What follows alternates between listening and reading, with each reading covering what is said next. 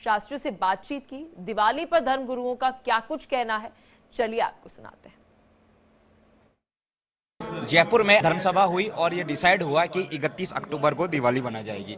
Sir, धर्म सभा हुई है, पूरे राजस्थान से, पूरे देश भर से तमाम धर्मगुरु, शास्त्री, प्रोफेसर सब आए हैं और ये डिसाइड किया कि 31 अक्टूबर को बनाएंगे। क्या तर्क रखा गया, किस तरह का वाद विवाद हुआ? देखिए, वाद विवाद का नहीं, धर्म हमेशा संवाद का विषय वस्तु हुआ करता है। वाद विवाद धर्म में नहीं हुआ करते हैं। मीडिया को भी समझना चाहिए कि कोई भी ऐसा आगे अवसर आए उस समय पर धर्मशास्त्रियों से प्रश्न करें, ना कि स्वयं पंचांग या फिर अन्य किसी प्रकार से कैलेंडर को देखकर निर्णय किए जाएं। समस्या ही यही है कि हम लोग धर्मशास्त्राचार्यों से तो पूछते नहीं हैं और स्वकीय मस्तिष्क लगा करके अपनी बुद्धि के अनुसार हम निर्णय देने लगते हैं। तो सारे विद्वान एकत्रित हुए और सबने एक मत से अपने समस्त दृष्टिकोण, अपने वैदुष्य के माध्यम से, अपने वक्तव्य के माध्यम से यहाँ पक्ष रखा और पक्ष के बाद में एक मत से सिद्धांतीय पक्ष को मान करके अन्य उदाहरणों के द्वारा 31 अक्टूबर को ही दीपावली मनाने का यहाँ धर्मादेश पारित हुआ है। विद्वत परिषद की ये सभा थी, तो क्या ये राजस्थान, जयपुर या पूरे देश के लिए? आप एक बात बताइए कि क्या सूर्योदय का समय पूरे भारत में एक है? क्या नहीं है। तो कभी भी जब तिथियों का निर्णय किया जाएगा, सूर्योदय, चंद्रोदय, सूर्यमान, दिनमान, रात्रिमान के आधार पर किया जाएगा। जब सर्वत्र सूर्योदय के समय में अंतर आता है, आप अपनी कुंडली में बनाते हैं तो क्या आप अपना जन्म स्थान नहीं लिखते हैं क्या? तो वहाँ के अक्षांश और देशांतर भिन्न भिन्न होते हैं ना।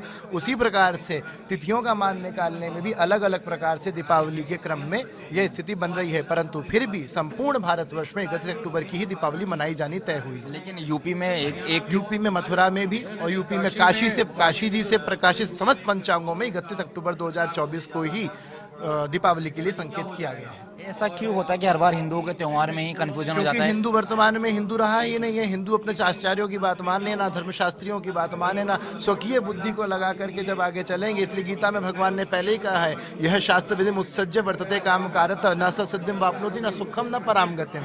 तो तस्मात् शास्त्रम प्रमाणंत कार्य कार्य व्यवस्थित, ये ठाकुर जी कह रहे हैं। तो भगवान की आज्ञा को मान करके शास्त्र की आज्ञा मानिए, ना कि मीडिया की या किसी व्यक्ति विशेष के कह देने मात्र से। एक अंतिम सवाल, एक तारीख और 31 में क्या वो बात थी कि 31 रहा? इसके लिए आप बताइए। हमारे धर्मशास्त्रों में बहुत सारे त्योहार कहे गए हैं, उनमें व्रत होते हैं, ठीक है, उपवास होता है, श्राद्ध होता है, ठीक है। इन सब के लिए जो तरीके बताए गए हैं ना कि किस दिन तिथि होनी चाहिए, वो भिन्न भिन्न है। अभी क्या होता है कि वो तो एक धर्मशास्त्र का व्यक्ति ही आपको ये बताएगा कि किस उत्सव के लिए कौन सी तिथि मनाई जानी चाहिए। यही विषय मैंने अपने व्याख्यान में भी कहा।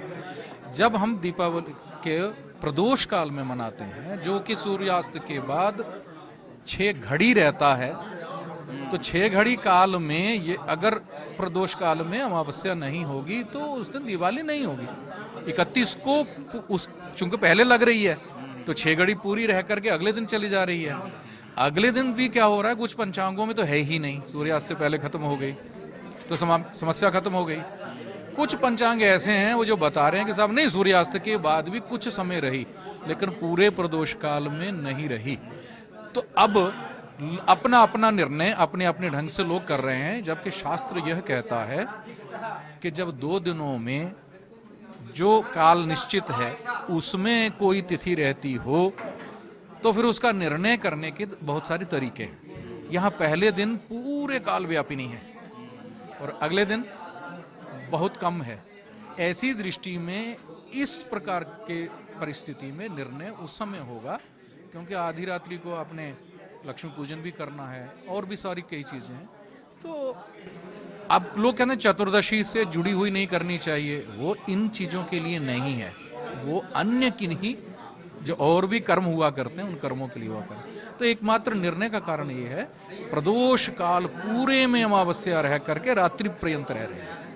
सर, ये सवाल ये जरूर पूछूंगा कि विद्वत परिषद की आज सभा हुई तो इसमें जयपुर के, राजस्थान के धर्मगुरु है या पूरे देश भर के? नहीं, ऐसा है कि हमारे कैंपस में इन्होंने किया, तो हमारे कैंपस की ये विशेषता है कि ये 12 कैंपस है, ट्रांसफर होते रहते हैं। ईश्वर भट्ट जी हमारे यहाँ ज्योतिष विभाग के अध्यक्ष जो कर्नाटक से है। ऐसे ही विष्णुकांत पांडे जी, मतलब हर व्यक्ति काशी से है, कोई है, तो हमारे यहाँ के लोग तो सब जगह से हैं। इसलिए संभवतः इन्होंने हमारा स्थान चुना कि यहाँ चूँकि एक विषय भी है, प्रोफेसर्स भी हैं, ये सब भी हैं, तो मिल करके निर्णय यानी हम कि लोग जो एक सोशल मीडिया पे कंफ्यूजन फैला था 1 तारीख या 31 तारीख, तो वो आज अपना यहाँ से निकल गया और आपने तर्क भी दिया कि ये तर्क है और इस वजह से 31 मैंने आपको कहा कंफ्यूजन के कारण इतने ही हैं कि आपको ये मालूम है कि इससे जुड़ी चीज़ नहीं होनी चाहिए, लेकिन वो इस कर्म के लिए ज़रूरी है कि नहीं है, आप समझ। मैंने बताया आपको, हमारे यहाँ देव कर्म अलग होता है, पितृकर्म अलग हुआ करता है। देव कर्म का निर्णय अलग और पितृ श्राद्ध आदि कर्म का निर्णय अलग होता है। उदाहरण के लिए बता दूं, व्रत रखना हो तो जिस तिथि में सूर्य चढ़े,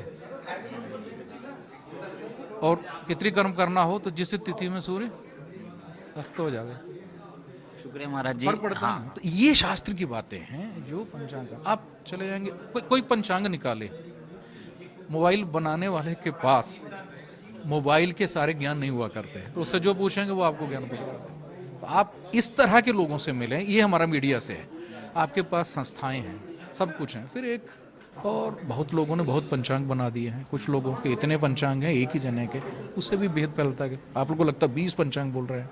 अच्छा, एक सवाल पूछूंगा, 1 तारीख कुछ लोग जैसा कि यूपी में आए कि 1 तारीख को मान रहे, तो वो कहाँ तक गलत? वो 1 तारीख को इस दृष्टि से मना रहे हैं कि वो देखिए बहुत सारी चीज़ें उन्होंने जोड़ दी। कुछ लोगों ने जोड़ा साहब उदय में जो तिथि वो लेनी चाहिए, ऐसा नहीं होता। आप अमावस्या प्रदोष करवा चौथ कब रखते हैं? रात्रि में अगर चतुर्थी हो तो। प्रदोष व्रत कब रखते हैं?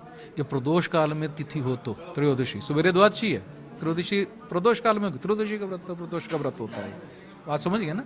तो कुछ लोगों ने अपनी दृष्टि से उसको, जो और जगहों पर लगती हैं चीज़ें, अपने ज्ञान से इस जगह पे जोड़ दिया है, तो अपने तरफ से कर रहा है। यानी कि किसी का को नहीं कहूँगा, लेकिन शास्त्र जिनकी किताबों की हम बात कर रहे हैं उस दृष्टि से। यानी कि एक बार यूपी में फिर आप विद्वान परिषद की बैठक के बाद फिर पूर्ण विचार कर सकते हैं यूपी धर्मगुरु? ये उनके ऊपर है। देखिए, विद्वान वकील होते हैं,